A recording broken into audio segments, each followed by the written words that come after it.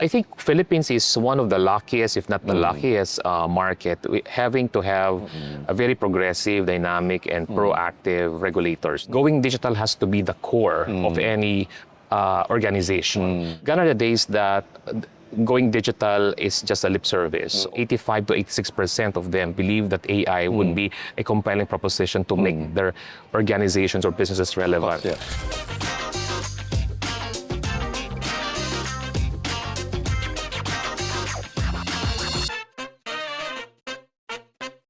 I'm so pleased to be joined by my good friend Lito, and when I think about what's happening in the Philippines, or when I want to know what's going on in the Philippines, there's no one better to ask than Lito, because he has such unique perspectives. Lito, of course, is the current Executive Vice President, the Chief Innovation and Inclusion Officer at RCBC, but also the Chairman of the Fintech Alliance.PH as well.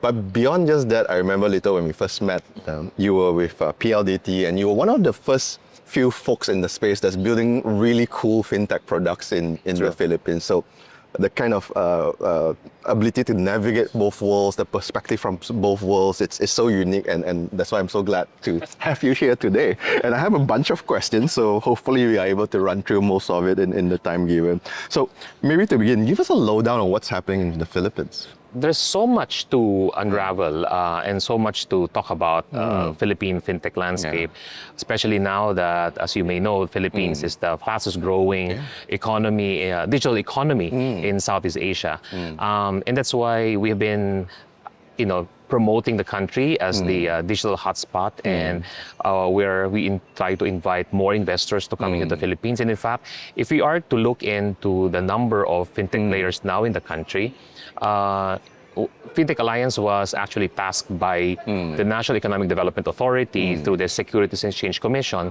under the Philippine Development Plan 2023 to 2028. It said there is that provision there, or there's that one item there that says that the Fintech Alliance has to promote the Philippines and has to enable more fintech companies to be registered or operating in the Philippines with a number of about 285 by 2028. In fact, the good news is that we were able to surpass that with more than 10 in less than 2 years, right? So that is actually an indication that the Philippine economy is a thriving one, and that's why, of course, we are now while we only have 2 unicorns in the country, but certainly room for more. That's why the ultimate goal is really to provide more and to have more unicorns in the country. And the good thing there is that we host the Southeast Asia's largest fintech unicorn, and that is GCash, right? So with over $5 billion in valuation, and that's why I think, as I've said, I've seen quite a number of interested investors to come into the Philippines. In fact, even investing into banks, for example. I mean, you've seen RCBC, for example, where SMBC came in with 20% equity shareholdings within RCBC, and that really gives you a glimpse of how the other markets are very much interested in coming to the country. And of course, MUFG as well. They also came in and practically, invested in quite a number of entities in the country. So I'm curious because, of course, 2 unicorns is a good start, right? But the goal is always to have more valuable companies doing a lot of cool stuff. Are there any friction for Philippines to be getting more of this type of companies? I think Philippines is one of the luckiest, if not the luckiest, market, having to have a very progressive, dynamic, and proactive regulators. So one is we have the Bangko Sentral ng Pilipinas, we have the Securities and Exchange Commission, and even the Insurance Commission. And the enabling regulatory framework has been established, and it has evolved over time, and until now it's a continuous process, right? In fact, the Philippines is one of the first in Asia to even come up with what we call the digital marketplace, and that is now providing the impetus for fintech players and even banks to really embrace APIs, right? That's why I would now call it cognitive banking. It's going beyond what we know of as digital banking, mobile banking, or online banking. We're now going into, they say it's more of It's a little bit more intuitive. intuitive banking, or or even hyper personalized banking. But I would now call it more of a cognitive banking, because at the end of the day, with the with the prevalence of AI, of Gen AI, and machine learning, and all of these emerging technologies, what we have seen now insofar as having to embrace AI is just the tip of the iceberg, right? That's why what we're now trying to advocate is really having to come up with more of a principles-based over a rules-based regulation pertaining to AI, right? Because it's really more about having to provide some guardrails on the ethical use of AI, because in the Philippines, there's been quite a number of agencies coming up with their respective AI regulation or AI drafts, so far as having to cover the respective clientele, right? So you have the ICT, you have the DTI, you have BSP, etc. But there's also a number or a few bills now in both Senate and the House of Representatives pending for them to come up with that regulation or that law pertaining to AI. But while we understand that there is this AI law that was passed by the EU Parliament sometime March last year, there could be a possibility that, or the likelihood that that now becomes the standard or the benchmark by which other jurisdictions in the world would now make use of that as the basis, right? Because if you remember, PSD2 was actually the basis for the crafting of the open finance or open banking framework, similar for the Philippines, and also the GDPR as the basis or the standard for the crafting of the data privacy law, right? So I think this one, the third one, will eventually be the basis. But I think one thing that we would want to advocate is, for at least for our policymakers, to make sure that it will not restrict nor constrain the innovation pertaining to the evolution of AI, because what we're seeing right now is just a tip of the iceberg, right? So there's so much to unravel, so much to unlock when it comes to the huge potential of AI across various use cases, not only in banking and finance, but across industries. I think that's so important, right? With any fledgling industry, you don't want to suffocate it at the cradle. You want to be really able to balance the approach of managing the risks, the ethical considerations, without really hindering some of the innovations that it could bring. So I'm quite interested to learn when it comes to the verticals in the Philippines. Of course, AI, now that you mentioned, is one of the big verticals. If I were to be a regional VC, for example, and I'm looking into Philippines, what are some exciting verticals that they should be paying attention to? Yeah, if you are to look at the Philippine FinTech report, right? Which we had such a pleasure working together. So we have the collaboration for the past, 5 years, whatever, so 10 years. So, but the thing here is now, the bias has always been on the payment side, right? So we have seen, practically more than a third of the players in the industry that are into payments. And that's the case across markets as well. But that's why we want to really change that or make that shift insofar as having to also cover, say, wealth tech or insurtech, because if you are to look into the pillars of financial inclusion, it's not just focus on payments, right? So for me, I call it, I have an acronym for that. I call it PISI-L, PISIL. It's payments, investment, savings, insurance, and loans or credit.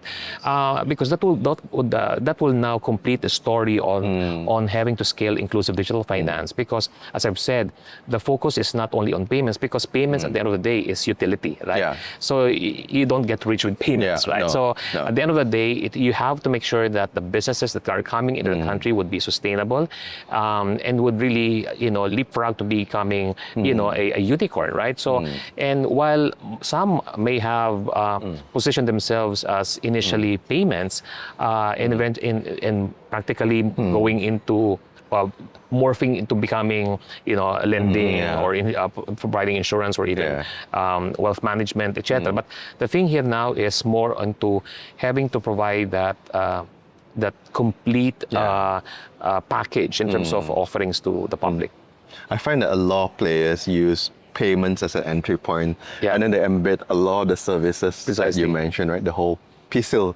PISI-L, acronym. PISI-L. That's a Tagalog term for, touch or, So, and something that we would want to really, it's why quite a number of investors who are interested to come into the country would normally visit my office. So I would be receiving lots of emails from them asking for an audience, for a schedule. So my office in Manila has become A hotspot, a in a way. hotspot, and that's why the running joke actually amongst amongst those investors or people who would want to see me, they would always say, whenever we go to Manila, the agenda has always been to visit the governor of the BSP, the SEC, the regulators, and Lito Villanueva. It's almost a routine, right? Yeah. So in fact, even the guys from BSP and SEC, they would say, "Oh, after this meeting with us, who's the next what's the next agenda in your itinerary? We are visiting Lito Villanueva." So that has been the running joke, because that has been, I think, that's the established thing currently, but because and for some of them, they're saying, "Oh, we'd rather talk to Lito Villanueva because he would provide unguarded insights, Full contact. and full context, and having to really provide the digital landscape in the country, unbiased perspective." And that's why we love speaking to you as well. Yeah, and even having comments that you're even better than McKinsey and the likes, because you really provide the honest to goodness assessment More of the rooted market. as well. Yeah. And really having, because at the end of the day, it also boils down to the culture, to having that relationship, that network, and having to really understand the what do you call this, the personal touch. Yeah. Because at the end of the day, while we are doing business amongst each other, there is still that relationship, that empathy between and amongst players in the industry, right? Yeah. So that's why you would know the inside stories as to this there could be an imminent M&A or another entity will be coming in because et cetera. So at least those insights are not really readily available in the No, not market. publicly at least. Yeah. But I guess my curiosity is, in every market, there's a lot of different gaps to be filled, right? And one of the key things about why fintech even exists in the first place is to look at what are some of these gaps. Yeah. So, if let's say maybe your kid is planning to start a fintech business today, what verticals do you think are the most promising, and what gaps is it filling in the Philippines? If I were to advise my son or my daughter who would be interested to go into fintech space, I would tell him or her that I would go for the MSME segment, and to provide credit, right? Because that MSME, for one, has been one of the huge opportunities in the Philippines or even in other markets. Yeah. But we really haven't really cracked the nut insofar as having to unleash what would be that essential item that we could actually provide them digitally, right? So and be able to really address the pain points and the gaps, right? And there's so much opportunity there, right? And of course, you've been seeing a lot of alternative credit scoring in algorithm by fintech companies going into credit, multiple. But there's still that huge gap, right? Agree. And at the same time, as I've said, MSME and couple that with lending, right? So because that will definitely be a power proposition. Because one thing as well is that there are also incentives that are being provided by government. Yeah, and of course, the usual thinking is that the SME is also the backbone of every economy. Precisely. So it's any endeavor should be a worthwhile endeavor. Yeah. In fact, if I would be anyway, the general membership meeting of the Fintech Alliance will be happening this Friday. So I would be preempting my announcement there this Friday. But the thing here is that one of the things that I'll be announcing there would be the creation of the Fintech Corporate Venture Fund. Oh. Yes. Okay. And in fact, because with all my meetings with all of these potential investors coming to the country who are very much who have expressed their interest to come into the Philippines, for some of them, they may not have that, that huge portfolio to begin with, but they could only have, say, $2 million or $5 million or $10 million, etc.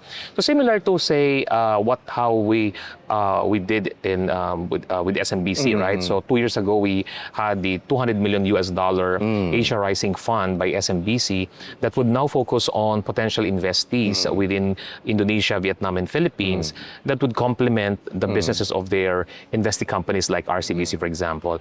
But this one is now more geared towards having to provide the opportunity to, say, startups or mid-size fintech companies and matching them with the requirements of potential investors in the Philippines, right? So, and really having to have that window for these entities to further grow their businesses. Interesting. And for us to be able to guide them along the way. So, because at the end of the day, the reason why Fintech Alliance exists is because of that reason of having to really create that network, that support, and that enabling environment that would now allow fintech players in the Philippines to thrive and grow. Really laying that foundation down, right?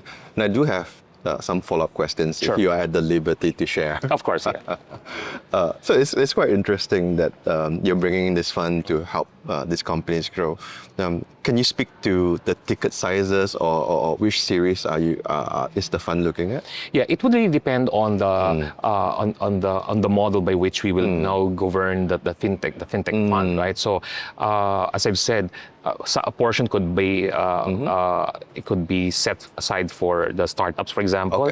A portion of that would also be set aside for mid-sized fintechs who have already been into maybe they've done their Series A fundraising before and now maybe seeking for their Series B.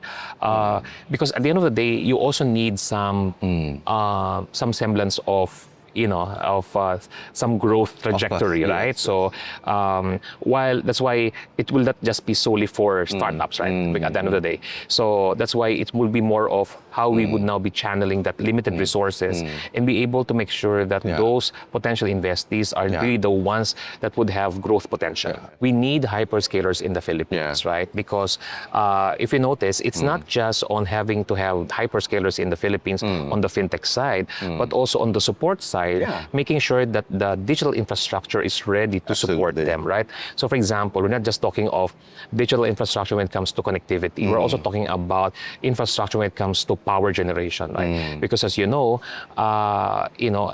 having to have a simple chat GPT search would require 10 times more power or power consumption. So I mean that's versus having to have a simple Google search, right? So that's why it's we have to make sure that our attention or our focus is not just solely on the fintech players, but also having to make sure that the enabling environment or the components by which they could grow are also ready, right? So such as the infrastructure that we're talking about on telco, for example, on power generation, and all of these things are supposed to be aligned and consistent to make sure that all segments that are required or all the ingredients necessary for it to be successful will be there. Certainly, because fintech definitely doesn't exist in isolation. Yes, yes, definitely. We don't operate in silos. No, for sure.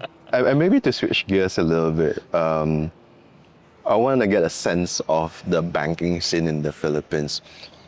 How's the banking scene at the moment? Are banks increasingly prioritizing modernization, prioritizing digitalization? What's the landscape like?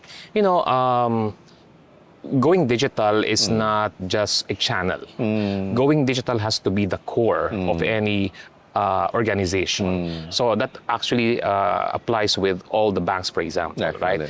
right? Gone are the days that going digital is just a lip service, or going digital is just, you know, a discussion, you know, or a channel or a discussion amongst, you know, middle or top, even top management, but not inside the boardrooms, right? But nowadays, you're seeing quite a number of senior level executives, I mean, top management, including board directors, and talking about AI, embedded finance, DeFi, blockchain, etc. in the boardrooms, right? So now you could see the seriousness and how these executives or the banks, the bank owners, or even the top management and the board members, how they are now very much into it. Very different ball, right? Very different ball game altogether. Because, and the funny thing is that while we see that most of our board members are definitely senior citizens, the ones that you know, they are now so hooked into embracing AI because they themselves experience it through their own grandchildren, their children, etc. So that's why it's not so difficult for you to be presenting. It's much more pervasive. Because they themselves would already know how it's being applied, how it's being, you know, being used by individuals, and how it would make your organization competitive enough, given the fact that practically all organizations are now embracing AI. They have to. But I think one thing that I would like to also mention here is that you'll be surprised that in a survey conducted, Philippines, amongst CEOs in the organizations across the Philippines, I think that would be around 85 to 86% of them believe that AI would be a compelling proposition to make their organizations or businesses relevant. And that is actually much higher by about more than 10% across the regional average. Really? So it's something that would also be, well, it may not be surprising though, but it's an exciting information to know that practically the Filipino executives or organizations in the Philippines are very much into it. Yeah, I mean, it's one thing to know instinctively, but to know the specific numbers, to contextualize how top of mind it is. Tell us about what you guys are working in RCBC, what exciting projects you are working on. You'll be surprised that it's not just based on press releases or PR, because it's something that we are doing inside the organization and something that we've seen generating so much impact. For example, our productivity level has increased by more than 50% by leveraging AI. For example, when we launched the digital lending product in 1 year, the share of digital has now grown to 63%. That is across the entire bank's unsecured lending portfolio. So, and I think that is actually the biggest so far in terms of growth amongst banks in the Philippines. And in fact, the thing is that we're seeing the metrics, or we're seeing the results or the outcomes as regards having to push or to invest on all of these technologies, right? And one thing as well is that it's not, AI, for example, is not really a silver bullet that, or something fancy, something shiny that you would want just to get into the hype of it. But it's really more about having to understand the various use cases that would now eventually make your organization thrive insofar as having to scale your having to scale your revenues or your business, and having that that's only just about having to generate that much needed revenues that you would require, but also having to score on cost savings, right, and efficiencies and the like. So, for example, another initiative, as I've said a while ago, is having to really position RCBC into having to promote cognitive banking, because now I think we will be the first one to make use of the digital marketplace regulation by the BSP, and we partnered with API Wiz on how we could now monetize our APIs in a matter of, as I think in one in the session yesterday with all the the Asia Fintech Alliance members, I said, Which there are 15 of them now, 15, right? from 2 years ago to 15 triple in 3 markets. years is pretty good. Yeah, 15 markets after 2 years. I think the thing here is the aspiration is that how can we now make the banks, for example, to have that Bluetooth experience where you could easily connect or integrate with partners with the ultimate goal of having to provide an awesome customer experience, a delightful engagement with your customers, having to have that integration with with fintechs, with other non-fintech entities in a matter of 35 minutes, other versus having to have the integration in 6 months, 1 year, or more than a year. I think because it's at the end of the day, it's really more about the time to market, the speed by which you can do things together. And at the end, of course, it boils down to one thing. It's more about competition and having to co-create value along the way. I mean, there's so many things keeping you busy, right? From the alliance to now all these initiatives you're working in a bank, from open finance to AI, a whole gamut of things. I guess my last question to you, Lito, before I go is, do you ever sleep? Or? I would normally sleep around 11 or 12 o'clock, and normally I would wake up at 3 o'clock in the morning. So I think what really fuels me is really passion, right? So because if you have no interest at all, I mean, no amount of energy can really for sure. push you to do something of value, right? Because I think it goes beyond the business, it goes beyond the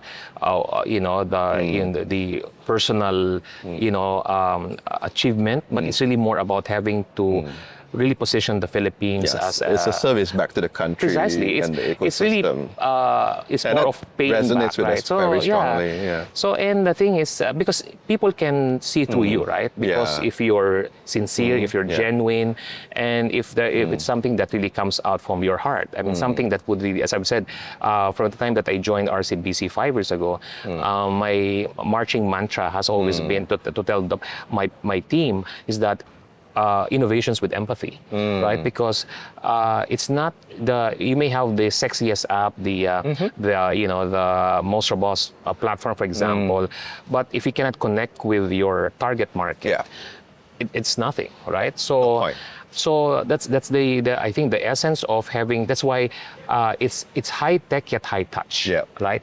So there's always heart inside the technology that you're trying to push, that you're trying to promote. Because as I've said, in all the things, in all fora, in all meetings, conferences that I've attended to, I would always say, technology is not the end all and be all. It's not it's not the magic wand. It's still the mindset. It's still the culture. It's more about having to make sure 100%. that you have that cohesive vision and of having to change the landscape and having to really uplift the lives of every customer that you have in the country. And on that note, it's always a pleasure. I always feel like after my conversations with you, I can pretend to be a Philippines expert for a couple of months. Thank you, Lito. Appreciate it. Thank you so much. Thank you so much. Thank you.